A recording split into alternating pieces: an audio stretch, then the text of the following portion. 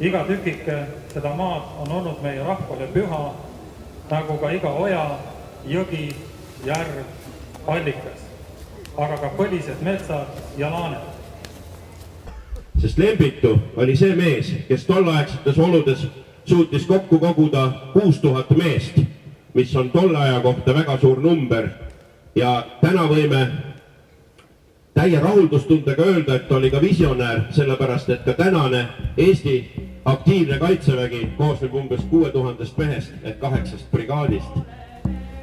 Pärast seda on olnud Lembitu kindlasti see, mida alati tuuakse välja rahvuse ühtsusest rääkides, kindlameelsusest rääkides ja vabadusest rääkides.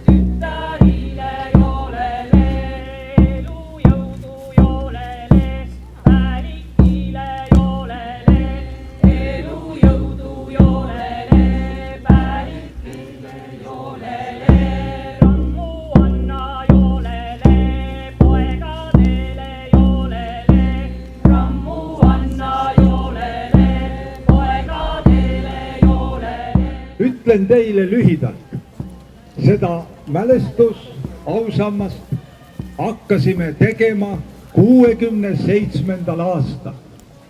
Kivi on igavene, rohi on ajaline.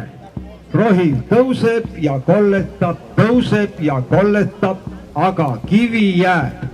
Ja see kivi ja need kivid, see on meie vabaduse aade.